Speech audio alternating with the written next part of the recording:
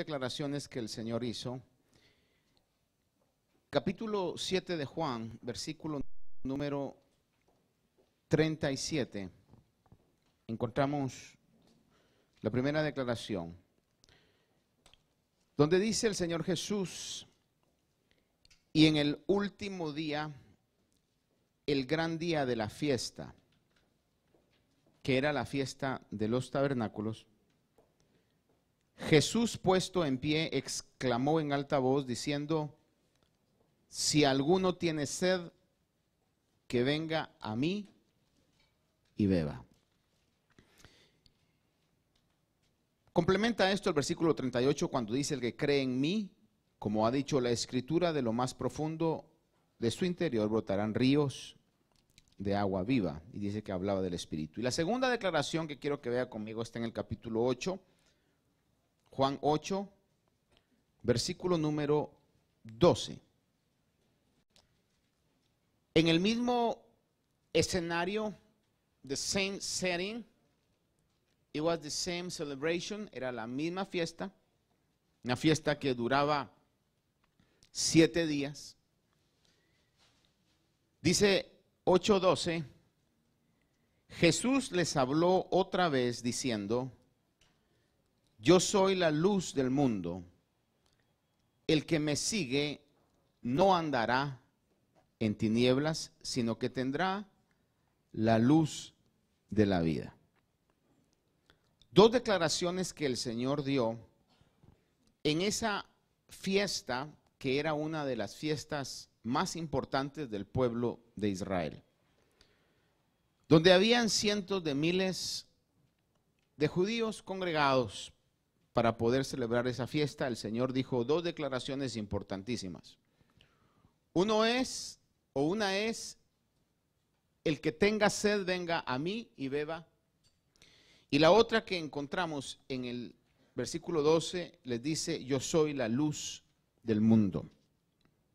El que me sigue no andará en tinieblas. Agua de vida y luz del mundo. Ahora,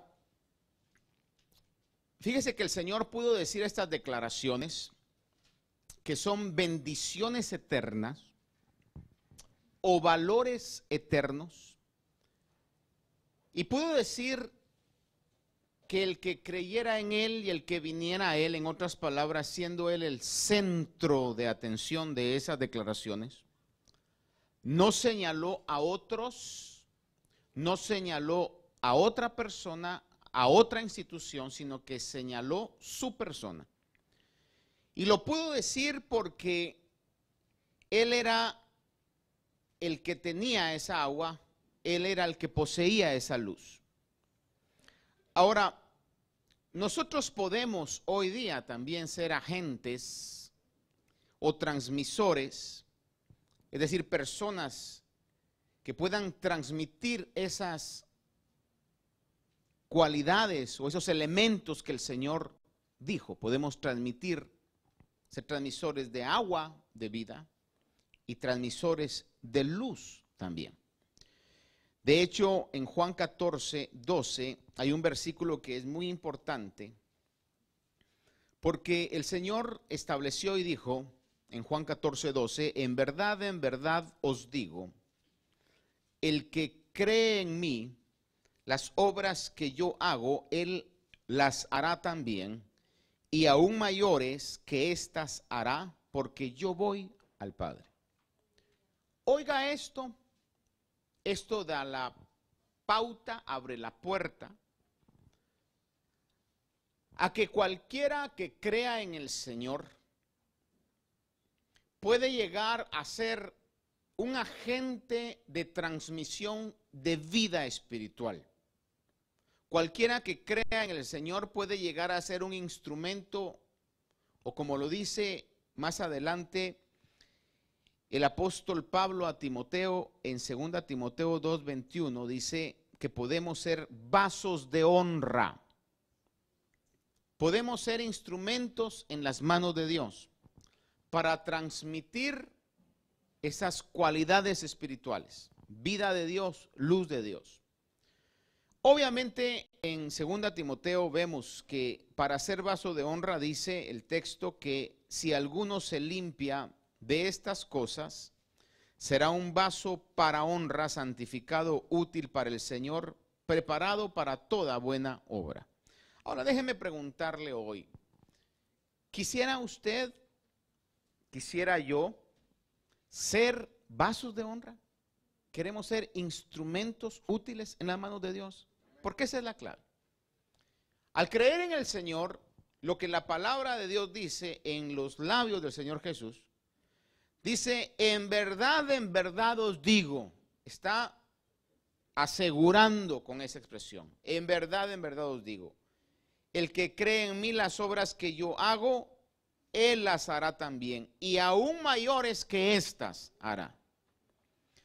Obviamente, las obras que usted y yo vayamos a hacer en esta corta vida que tenemos, Dios las ha preparado desde mucho tiempo atrás. Y no son las mismas obras que usted va a hacer las que su hermano va a hacer. Hay cosas que están preparadas que usted va a hacer, que otros, Dios en su designio no los designó para que hicieran. Pero sí hay cosas que usted va a hacer y que puede llegar a hacer. Y las puede llegar a hacer en una dimensión gloriosa como las obras que el Señor Jesús hizo. Jesús caminó sobre el mar. No sé si ha habido algún milagro que sea replicado a eso. No sé, yo no lo sé, pero puede que haya sido y que alguien haya duplicado o replicado ese tipo de milagros. No lo sé. Pero de que lo puede hacer Dios, lo puede hacer Dios. Dijo, obras mayores que estas vais a hacer si creéis en mí. Obviamente el Señor Jesús vino a manifestar muchas obras para dar testimonio de lo que Él era. Pero nosotros que estamos en Cristo y que somos el cuerpo de Cristo, cuando fuera necesario, Dios puede utilizarnos a nosotros para manifestar su poder, sanando, libertando, dando un mensaje que cambie vidas. Lo más maravilloso que hay del Evangelio es el mensaje de vida que el Evangelio nos da. La seguridad que los cristianos tenemos de la realidad de Dios y de nuestra vida eterna. Y obviamente muchas cosas más que vienen en ese paquete. Pero fíjese que el Señor dijo estas declaraciones, y como le digo, a miles que estaban congregados en Jerusalén. Eso puede pasar en nosotros también. Podemos ser instrumentos de cambio. Que donde hay oscuridad usted lleve luz. Que donde hay sequedad usted sea el agua que lleve vida. Y que pueda haber fruto en esas familias, en esas personas.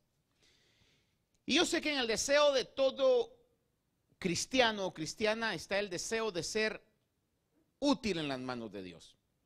Y como le digo, no todos vamos a hacer lo mismo. No todos somos llamados a hacer el mismo trabajo.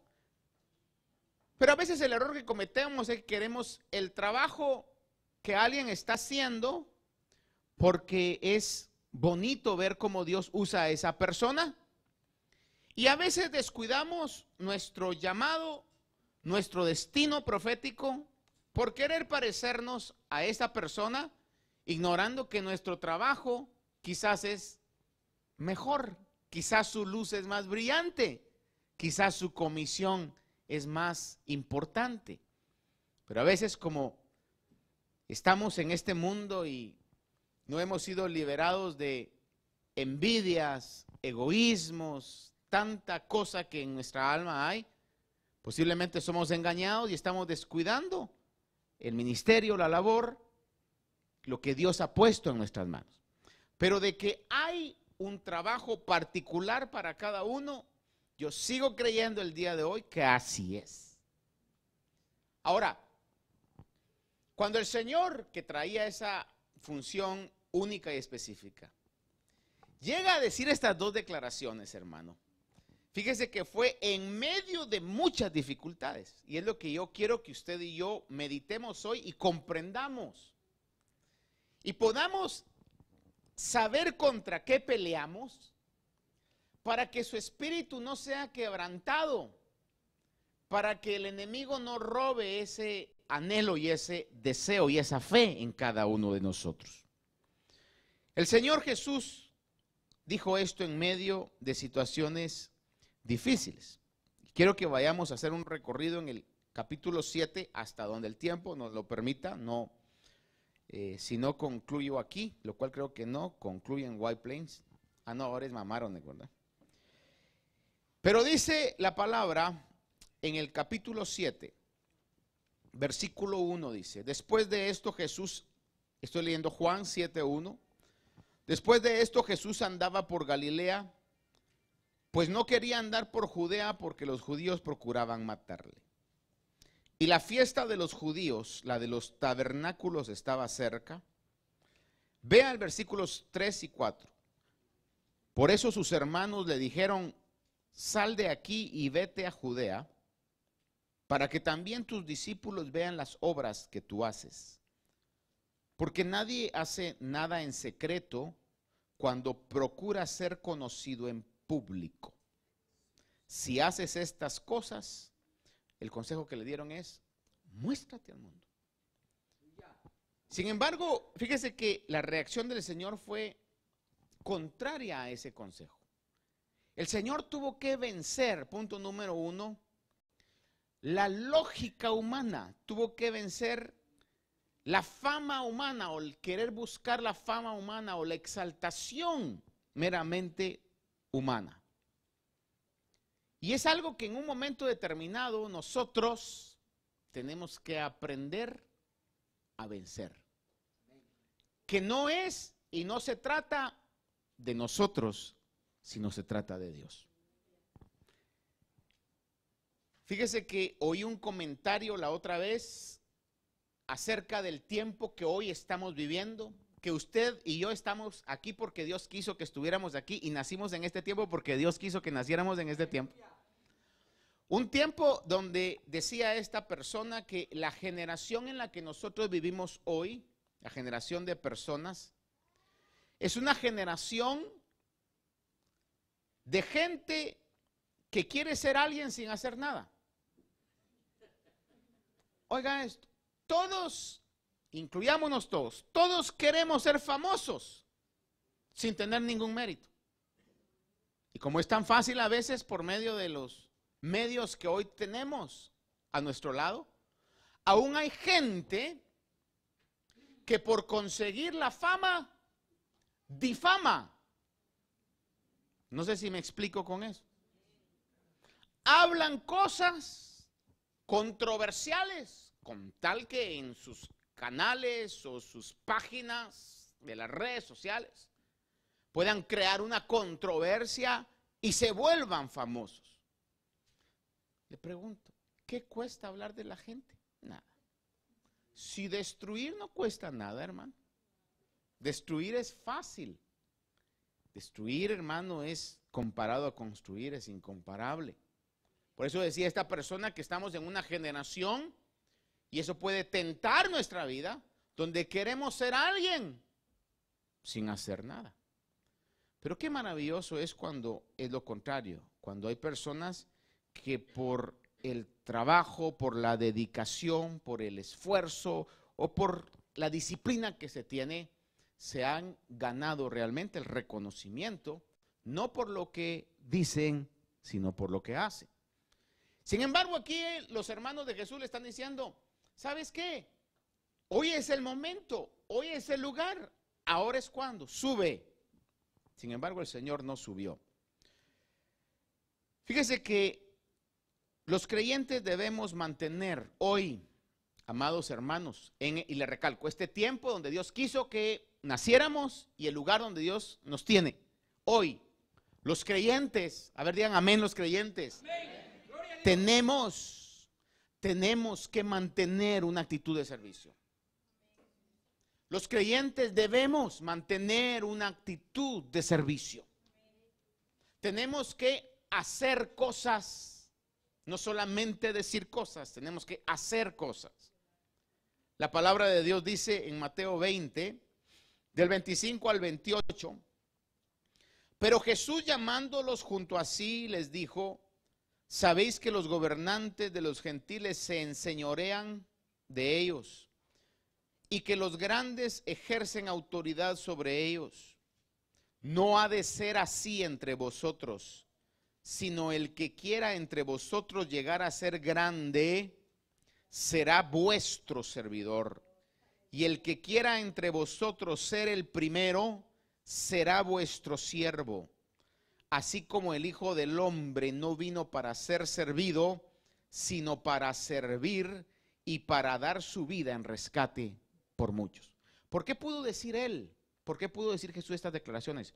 Porque venció la tentación a querer ser alguien sin hacer nada. Porque les demostró a los discípulos que tenía una actitud de servicio. Y le voy a decir algo, y el mundo espiritual reconoce eso. De hecho, hay un pasaje que usted lo recordará, y le digo algo, anhelemos más la fama espiritual que la fama terrenal. Anhelemos más la fama espiritual que la fama terrenal. ¿Se recuerda usted en Hechos 19:15 habla la escritura que un demonio, un espíritu malo le dijo a unos señores, unos muchachos, quizás no sé qué edad tendrían, que estaban queriendo replicar las liberaciones que Jesús hacía y que Pablo hacía? Y el endemoniado, el demonio les contesta y les dice, a Jesús conozco. El mundo espiritual conocía a Jesús, conoce a Jesús y conocerá a Jesús por siempre. Me comentaba un hermano el otro día, nos comentaba y a mí me enseñaba ahí algunas situaciones, de que en un momento él puso en un negocio un rótulo y ponía la frase, Jesus is Lord. Vendió el negocio después, pero el rótulo quedó. Y entonces, hoy le estaban diciendo, pidiendo, exigiendo no sé qué punto de que tapara eso, que agarrara con pintura y tapara eso. Y el hermano se paró firme y le dice, no puedo, ese no es mi negocio. ¿Verdad? Es algo así como cuando, obviamente, Pilato puso, ¿verdad? Es el rey de los judíos y los judíos comenzaron a reclamar, ¿verdad? No, no es el rey de los judíos, pusiste mal, dice que él dijo que era el rey, pero Pilato dijo, lo que está escrito, ¿verdad? Algo así veo yo que dijo, lo que ya quedó ahí, ¿verdad? Pero lo que me llamó la atención, y es algo maravilloso, es que le dijo, pues, es que Jesús es el Señor. ¿Cuántos creen todavía que Jesús es el Señor? Y que un día toda creación espiritual, dice la palabra, que va a tener que confesar que Jesús es el Señor, hermano. Porque es una verdad.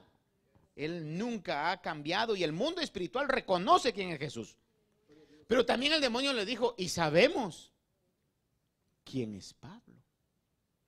Ahora, sería una reflexión que constantemente tendríamos que hacernos. ¿Qué opinarán los demonios de mí? No porque sea tan importante, ¿verdad? Buscar la prensa del infierno a ver qué se dice acerca de usted.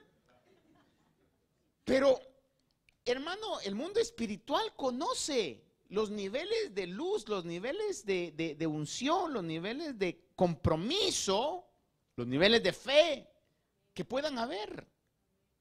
Decía, sabemos quién es Jesús, conocemos quién es Jesús y sabemos quién es Pablo. A los demonios les decían, mira, Pablo va a llegar a una región y si van de vacaciones, hermano, diciendo, no, me tocan mis vacaciones, no quiero estar cerca donde está Pablo. Imagínense Jesús, que aquel endemoniado de la región de Gadara, que dice que tenía no uno, no dos, sino una legión de demonios. Hermano, y en el nombre y por la autoridad de Jesús, los mandó al abismo. Entonces, el mundo espiritual sabía, y el Señor sabía lo que Él era, le interesaba lo que el Padre dijera. Por eso cuando sus hermanos le dijeron, hoy es el tiempo, hoy es el momento, dijo, no. Y le respondió, vuestro tiempo siempre es propicio, pero mi tiempo todavía no ha llegado. Hermano amado, ¿cuántos creemos que Dios tiene cosas preparadas para usted? No como iglesia, para usted como persona. Pero van a haber tiempos específicos. Y no podemos ceder, hermanos, ante las presiones del sistema, ante las presiones de la sociedad. ¿Qué es lo que tenemos que hacer? Tenemos que meternos cada vez más a aprovechar el tiempo, a crecer espiritualmente hablando, a hacer lo que tenemos que hacer en cualquiera de las áreas que nos movamos. La Biblia nos dice, si nosotros tenemos un trabajo secular, que todos tenemos un trabajo secular, que lo hagamos como para quién, como para el Señor. Pedro habló y dice, someteos a Dios, resistid al diablo, él huirá de vosotros. En otro pasaje dice, humillaos ante la poderosa mano de Dios y Él os exaltará a su debido tiempo. Entonces, si algo podemos ver que Jesús pudo decir, lo que pudo decir, porque venció las insinuaciones y las propuestas de poder actuar como el mundo actúa. Nosotros no podemos actuar como el mundo actúa. Grabémonoslo en nuestro corazón. Si el mundo actúa con mentira, ese es el mundo. Si el mundo actúa con engaño, eso es el mundo. Si el mundo actúa como actúa, es el mundo. Usted y yo, le voy a recordar una cosa que la palabra dice. Si el mundo se venga, ese es el mundo. La palabra nos dice, no os venguéis. La venganza es mía, dice el Señor, yo pagaré. Así que si por causa de eso le van a decir, mira que no seas tontito, no seas tontita, y eso que se lo estoy diciendo yo en buena manera, porque no nos dicen así cuando las cosas pasan, ¿verdad? Vengate. Usted diga, no, yo creo la palabra de Dios. Y yo sé de que aunque el mundo actúe como actúe, yo no puedo actuar como el mundo actúa. Para que en un momento determinado seamos agentes de cambio, porque hemos vencido las propuestas que el mundo pone. ¿Cuántos dicen amén a eso? A ver, ayúdeme hoy, dígale hermano que está a la par suya, te están hablando, dígale. Y el que está a la par suya le dijo a usted, te están hablando, ¿verdad? Nos están hablando. Dice el versículo número 5. Después de que los hermanos le dicen que suba, mire bajo qué atmósfera le estaban diciendo. Dice el verso 5. Porque ni aún sus hermanos creían en él. Sin embargo, le estaban diciendo, déjate a conocer, hermano. Es que es bien fácil lanzar a otros al ruedo, hermano. Le voy a recordar una historia, entre paréntesis, chiste, que quizás ejemplifica esto. Algunos quizás ya lo han oído.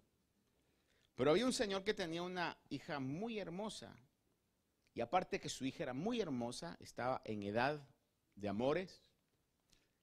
Y aparte de ser hermosa, estar en edad de amores, hermano, era la única hija y él tenía muchísimo dinero. Entonces, el señor tenía que estar cuidadoso porque decía, no, pues todos los que andan detrás de mi hija, realmente no sé si lo hacen porque realmente la quieren o porque realmente quieren lo que tiene. Entonces, el tipo era muy firme con su hija, hermano. Y en una oportunidad citó a todos los pretendientes, hermano, y en su mansión, en una gran piscina, mandó a traer cocodrilos, serpientes, tortugas que muerden y hasta tiburones puso ahí, hermano. Puso a todos en la orilla de la piscina y le dijo, bueno, jóvenes, todos ustedes han mostrado interés por mi hija. Yo se la voy a dar a aquel que se cruce la piscina nadando. Y se oían, hermano, que las colas de los cocodrilos y las serpientes y los tiburones ahí estaban hambrientos, hermano. Y entonces todos estaban ahí. Se imagina usted esa escena, ¿verdad? De todos los wannabe yernos, ¿verdad? De repente, en medio de todo eso, uno se lanza, hermano, y mire, pasaba y golpeaba los cocodrilos, pasó encima de los tiburones, hermano, tiró las serpientes, hermano, y como pudo, hermano, como pudo, mire, tardó como 5 minutos en llegar allá, pero llegó, hermano, todo. Ya se imagina usted en qué estado emocional llegó, ¿verdad? Con el corazón que se le salía, y todos los demás hermanos se le quedaron viendo, y el papá, el más asombrado, era el suegro, hermano. Y como había dado su palabra, pues ya qué va. Y entonces, él no creyó que nadie lo iba a hacer, y al final llegó, le digo, joven, le dice, debo felicitarlo. Después de esta prueba, no me cabe la menor duda de que mi hija no va a estar en mejor manos. Dice, tanto es el cariño que usted le tiene a su hija, y le dice, ¿no tenía miedo? Y aquel, cuando ya recuperó el aliento, dice, bueno, que tenía miedo. Y dijo, ¿quiere decir algo? Le dijo el suegro. Sí. ¿Quién fue el desventurado que me empujó?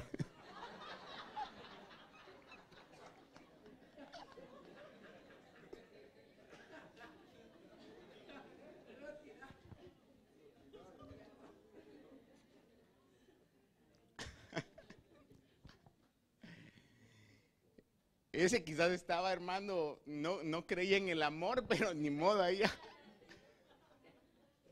Dice que los hermanos no creían en él, sin embargo le dijeron, ve. Hermano, mire, usted en alguna oportunidad quizás ha estado tentado a ciertas cosas. Por ejemplo, voy a pensar, llega alguien y le propone, le da alguna propuesta. Pensemos la venta de algún carro, algún negocio o cualquier cosa, ¿verdad? Y vienen y le dicen, compre el hombre, o métase ese negocio, ¿verdad? Es que es bueno. Y cuando usted le dice, ¿usted por qué no se mete? Ah, no, yo no. ¿Ah? Está como en una oportunidad, fíjese, y aprovechando, yo sé que ella me lo tolera, porque ya aquí pues le di su abrazo, ¿verdad? Pero, hermana Victoria, un día estábamos en su casa, y entonces mi esposa se pusieron a hablar de El Salvador, y ella como salvadoreña, y el don también como salvadoreño, hermano.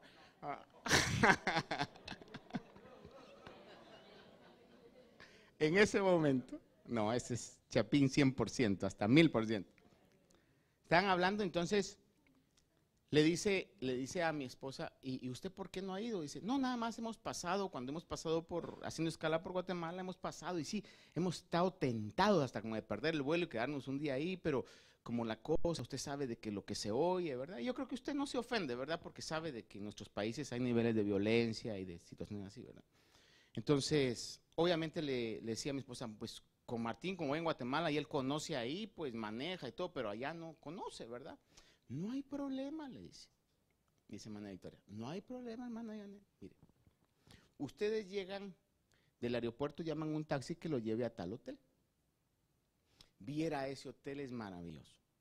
Ahí hay de todo, ahí pueden comer, de ahí llaman a otro taxi que los lleve a conocer, y le estaba poniendo, hermano, de una manera, wow, dije yo no tan afligido, ¿verdad? En esas cosas, ¿verdad? Entonces, al final, se me ocurre a mí a decirle a ella, hermana, ¿y usted ya lo ha hecho? Me dice, no, ni Dios quiera.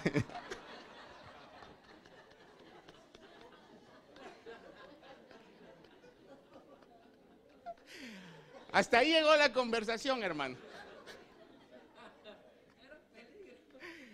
Pero era una situación, muchas veces usted sabe de que, mire, en las cosas que Dios tiene, y le voy a decir algo, tenemos que, cada mañana, hermano, como una forma práctica, ponga usted delante de Dios y dígale, Señor, cumple tu propósito en mi vida hoy. Que yo haga hoy, Señor, las buenas obras y camine sobre las buenas obras que tú tienes para mí este día. Y que no terminemos un día sin propósito, como diciendo, hoy no le apunté a nada y no le pegué a nada, ¿verdad? Sino que podamos realmente hacerlo con propósitos. Pero mire, tuvo que vencer la incredulidad familiar porque ni los hermanos creían en él. Ni aún sus hermanos creían en él, dice. Quizás una figura antiguo testamentaria de esto es en la vida de José. ¿Se recuerda usted? El hijo de Jacob. que tenía sueños, y José pues su error, vamos a decir ahí, ¿verdad?, era contar sus sueños. Pero ¿qué podía hacer el hombre si realmente lo había soñado? Lo que soñaba lo contaba. Y entonces venían los hermanos y decían, ¿y este qué se cree? ¿Va a creer que nosotros vamos a inclinarnos delante de él? Aún hasta su padre quizás en un momento, hermano, pensó, realmente se está pasando con sus sueños, pues. Ahora, no creían en él, hermano. Sin embargo, José, como una figura antiguo testamentaria de Jesús, usted sabe que se cumplió lo que los sueños decían. Yo le pregunto, cuando Jesús decía, es necesario que suba a Jerusalén y que el Hijo del Hombre muera, pero al tercer día resucitaré, le pregunto, ¿lo cumplió o no lo cumplió? Aunque no creyeran en él, lo cumplió. Por eso es que él, hermano, mire, aunque nadie cree en usted, y le voy a decir esto, aún quizá los más cercanos no crean en usted, usted crea en lo que Dios ha dicho que usted es. Y no, que no lo desanime, que no quebrante su espíritu, el que otros no crean en usted. Repito algo, me lo repito a mí, lo digo públicamente, se lo decía a unos hermanos uno de estos días en una plática que teníamos con ellos. Lo de viejo no me lo quito, lo de bruto tengo la oportunidad de quitármelo, en ese sentido. Y una de las cosas que yo vi en mi vida, no sé si usted lo vio en algún momento, es de que a veces cuando uno está estudiando en la escuela, hay ciertas personas a las que todos molestan. Quizá porque en su casa los tienen no con la libertad que otros tuvimos, y entonces, la voz no te dejan salir a ningún lado, o qué sé yo, hermano, les exigen mucho en términos académicos, y habíamos otros que llegamos a estudiar y entre comillas a molestar a la escuela, y ellos sin embargo llegaban solamente a estudiar, y a veces quizá en ese ambiente de estudio, que sé que algunos de ustedes quizá lo vivieron en cualquiera de los dos lados. Como yo le decía a una persona la otra vez, ¿a ti nunca te hicieron bullying? Y me dijo, no, a mí nunca me hicieron bullying. Entonces vos has de haber sido la que hacía bullying, le dije. Pero en ese ambiente siempre hay aquellos que, hermano, son despreciados, quizá no tienen muchos amigos, no son muy populares. Pero yo me di cuenta de algo. Cuando llegamos ya a ser adultos, varios de ellos estaban aquí, exitosos en su vida. Mientras que muchos otros, de aquellos que los despreciaban, o quizá los despreciamos, andábamos aquí pidiéndoles favores, hermano. Porque es una realidad. La vida da sorpresas. Y nos conviene mucho creerle a Dios, aunque la gente no crea en nosotros.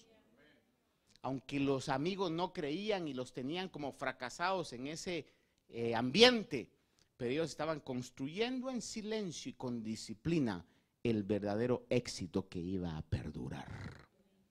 Por eso, hermano, es necesario que nosotros andemos sobre los valores del reino y creamos en los valores del reino y creamos en lo que Dios ha dicho, que como parte de su iglesia ni las puertas del Hades prevalecerán en contra de su iglesia, hermano. Aunque nadie crea, usted crea y venza a la incredulidad. ¿Cuándo dicen amén a eso? A ver, ayúdame, dígale ahora, te están hablando, dígale ahí, te están hablando, cree en ti, cree en lo que Dios va a hacer.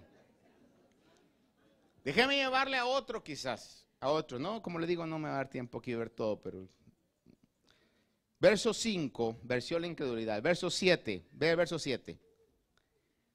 Les dice en el verso 7, el mundo no puede odiaros a vosotros, pero a mí me odia, porque yo doy testimonio de él, de que sus acciones son malas. Fíjese que su mensaje le ganó odios. Su mensaje le ganó odios. ¿A cuántos nos gusta caer mal? A ver, levanten la mano los que nos gusta caer mal. ¿Ve que a nadie? Nadie, hermano. O sea, todos quisiéramos caer bien. Pero hay un momento que el mensaje del evangelio, por lo que el mensaje es, puede causar que nos odien.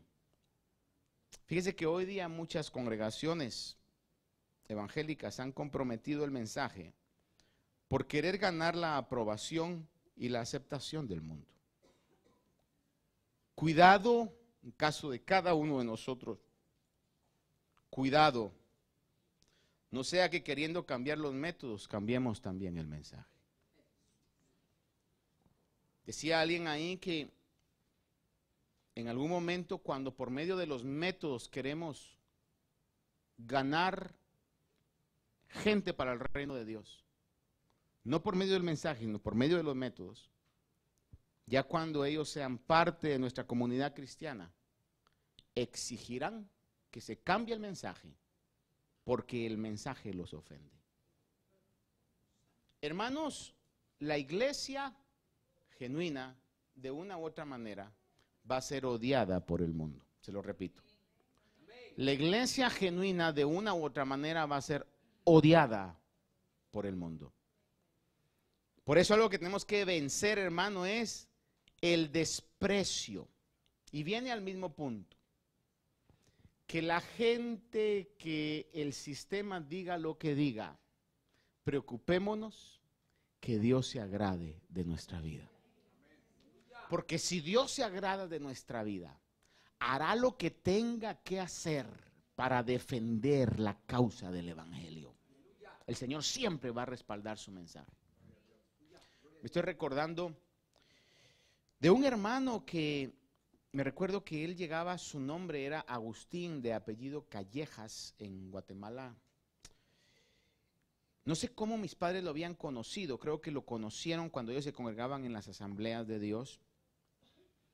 Pero este hombre tenía un ministerio, y mire cuál era su ministerio. Si alguno de aquí conoce la capital de Guatemala, no sé si todavía existirá, pero en un tiempo había un parque que se llamaba Parque Concordia. ¿Cuántos alguna vez se recuerdan del Parque Concordia? Ahí donde se iban los novios de la noche.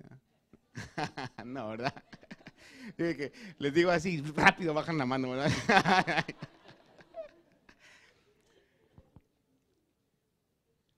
Creo que era el Concordia, pero este hermano, si no me equivoco, de Parque, su ministerio era con una guitarra ir a evangelizar al Parque Concordia. Llegaba y cantaba, y entonces se le reunía un grupo de gente, hermano, y comenzaba a darles el mensaje de Cristo. La mayoría, gente que estaba en vicios, borrachos, en aquel tiempo a lo más fuerte que se llegaba quizá era marihuana, ¿no? Hoy ya la quieren hacer legal, ¿verdad? Pero en aquel tiempo alguien que le entraba a la marihuana era, wow, está pesado ese tipo, ¿no? ¿Verdad? En algunos casos decían, eres marihuano, es motero, no mortero, a morteros son los que explotan en motero, pero llegaba a ese punto, y ese era su ministerio, llegaba, cantaba y predicaba, hermano. Un mensaje de unos 20 minutos, cantaba, y luego se daba un break y comenzaba otra vez, hermano. Como de 3 a 5, ese era su ministerio. Me recuerdo porque él llegó en alguna oportunidad a la casa, estuvimos comiéndolo en nuestra mesa, el privilegio de tenerlo comiendo ahí, un hombre bastante sencillo, podríamos decir, pero desarrollando su ministerio. Y le voy a decir algo. Si ese es el ministerio que Dios tenía para ese hombre, y él decía, no, pero yo quiero llenar estadios como Gigi Ávila, hubiera llenado estadios, pero no le hubieran pagado por la llenada de estadios, porque a lo que nos van a pagar es por lo que Dios nos mandó a hacer. Eso tengámoslo bien seguro. Y cuando hagamos lo que Dios nos mandó a hacer, Dios siempre va a respaldar. Y contaba él una historia que dice que en una oportunidad estaba él así, y de repente dice que llegó un tipo, hermano, y dijo, mire, Señor, ya me tiene cansado y harto con ese su mensaje, dice. Yo no voy a dejar la religión de mis padres, ya sabe usted a qué me estoy refiriendo, ¿verdad? Y deje de estar hablando de que solo Jesús es el camino, y si usted ya me tiene harto, y se lo agarró, hermano, del cuello, le pegó, hermano, y total que lo avergonzó, supuestamente lo estaba avergonzando en frente de todos. Dice, cuando estaba en medio de eso, se levantó de la audiencia un tipo, hermano, como de 2 metros. Y llegó con el que le estaba golpeando y le dijo, mira vos tal por cual, ya sabrá usted qué le dijo, ¿verdad? Con mi pastor no te vas a meter. Ya era su pastor. Lo agarró, dice que le dio, que hasta él le decía, no, no siervo, ya déjelo, le decía. Lo agarró, le metió, en mi pueblo dicen allá, una pescosada, hermano, terrible. Y no le bastó eso, sino que en la fuente del parque lo arrastró y lo fue a tirar a la fuente del parque. Él estaba sufriendo el vituperio, pero Dios siempre respaldará a los que están haciendo su obra. Cuando usted está haciendo su obra, hermano, como dice la palabra, pacientemente espere en el Señor y Él siempre actuará. Ahora, y eso es lo maravilloso, porque en el versículo que leíamos, hermano, dice ahí la escritura, versículo 7, el mundo no puede odiaros a vosotros. Le estaba diciendo a sus hermanos, a los que no creían en él, a los que le estaban diciendo, sube hombre, date a conocer. El mundo no puede odiaros a vosotros. Dice, pero a mí me odia, porque doy testimonio de él que sus acciones son malas. Entonces, tuvo que vencer el desprecio. Amados hermanos, tenemos que vencer el desprecio. Dios no lo ha salvado, y le voy a decir esto con bastante cuidado porque es una línea delgada, pero Dios no nos ha salvado para caerle bien al mundo, hermano. Dios no nos ha salvado para que le caigamos bien al mundo. Así que dejemos de estar esforzándonos por quererle caerle bien al mundo. Caigámosle bien a Dios, seamos respetuosos de todos, seamos, hermano, personas correctas en todo, no nos metamos a cosas que Dios no nos ha metido, no agarre líos ajenos, hagamos lo que Dios nos ha mandado a hacer y Dios siempre va a respaldar. Pero venzamos el desprecio. No comprometamos nuestros valores por caerle bien al mundo. ¿Se imagina que él hubiera dicho, oh, perdón, verdad, sabe qué, no, hoy no voy a predicar ese mensaje? No hubiera visto realmente el testimonio. ¿Y cómo cree usted que subió el respeto de Mr. Agustín Callejas? ¿Cree que algún otro se iba a atrever a faltarle el respeto? Es más, yo creo que ese día de haber dicho, y los que no acepten al Señor, aquí los va a ir a traer el siervo, ¿verdad? Termino con que considere conmigo el versículo 8 y 9. Le dice el Señor a los discípulos, no a los discípulos, a los hermanos, perdón, le dice, subid vosotros a la fiesta. Yo no subo a esta fiesta porque aún mi tiempo no se ha cumplido. Y habiéndoles dicho esto, se quedó en Galileo. Hermano, hay que saber esperar los tiempos de Dios. La impaciencia es fatal, es mortal. La impaciencia es lo peor que puede pasar. Fíjese que la fiesta tardaban 7 días, como yo le he dicho antes. Ahora, versículo 6 podemos ver esto una vez más, que dice, entonces Jesús les dijo, mi tiempo aún no ha llegado, pero vuestro tiempo es siempre oportuno. Vuestro tiempo es siempre oportuno. Eclesiastés capítulo 3 habla, usted ha oído este versículo que dice que hay un tiempo señalado para todo y hay un tiempo para cada suceso bajo el cielo. Hay tiempos específicos donde Dios quiere usarnos de la manera específica que Él quiere y ha diseñado que nos seamos usados. Pero todo tiene un tiempo, hermano. El saber esperar los tiempos propicios es actuar como Dios actúa. Dios no actúa fuera de tiempo. Le repito eso, Dios no actúa fuera de tiempo. Es más, siento en mi corazón repetir una tercera vez porque puede ser, hermano, que Dios no actúa fuera de tiempo.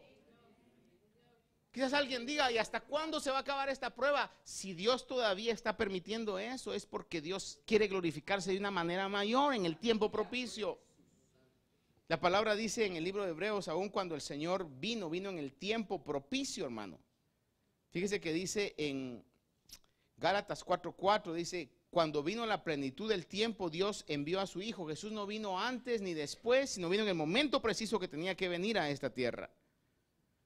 Juan 7:14 nos habla, en el pasaje que estamos viendo, que dice que a la mitad de la fiesta, es decir, como al tercer día, fue cuando entonces Jesús subió al templo y comenzó a enseñar. En otras palabras, las presiones, a veces las presiones más grandes para actuar fuera del tiempo y no alcanzar las bendiciones que Dios tiene, puede ser cuando estamos sumamente cerca de que esa bendición pase. Se lo voy a repetir. Se lo voy a poner en este aspecto. Haga de cuenta que el Señor dice, el cumplimiento de esta bendición para tu vida, por decir algo. No me vaya a decir, hermano, ¿en qué libro dice ese pasaje? Por favor. Haga de cuenta que está diciendo el Señor, el cumplimiento para esta bendición en tu vida va a venir cuando hayas cumplido, por decir algo, 30 horas de oración por ese aspecto. Y usted, hermano, no sabe eso, pero usted es inquietado por el Espíritu a orar y a continuar orando. Y ora 10, ya llegó a las 20, llegó a las, ¿cuántas le dije? 25, 30. Llegó a la hora 28. Pero a la hora 28 usted dice, nah, yo ya tengo que estar orando y orando tanto por esto y nada pasa, yo creo que estoy perdiendo el tiempo. Voy a probar una última hora, pues. Si no pasa ahora, porque a veces así somos delante de Dios. Si ahora no pasa nada, entonces ya no sigo. La hora 29. Y en la hora 29 usted dice, nah, eso no va a pasar. ¿Cuánto le faltaba? Una hora. Una hora. Y de repente llega otro. Porque la Biblia en algún momento sugiere y dice, retén lo que tienes para que ninguno tome tu corona. Y llega otro y se para en esa línea y dice, ¿y aquí cuánto hay? Es algo así como cuando usted va a encontrar parqueo en algún lugar, hermano, y de repente usted le va a echar coras y dice, no, tiene 2 horas. Usted dice, qué bueno. Llega el otro, se para en esa línea y dice, y para conseguir esa bendición, ¿cuánto cuesta? Eran 30 horas, pero ya metieron de enganche 29. Toda esa bendición por 1 hora. Toda esa bendición por 1 hora. Llega el otro 1 hora y, Señor, injusto, eso era para mí. Sí, era para ti. Pero en la hora 29 dejaste de hacer lo que tenías que hacer. Hermano, hay un tiempo específico para cada cosa. Y hay tiempos que tenemos que hacer. Amén. Pongámonos de pie esta mañana. Dios quiere que nosotros seamos instrumentos en las manos de Dios. Agentes de cambio. Dios quiere bendecir nuestra vida.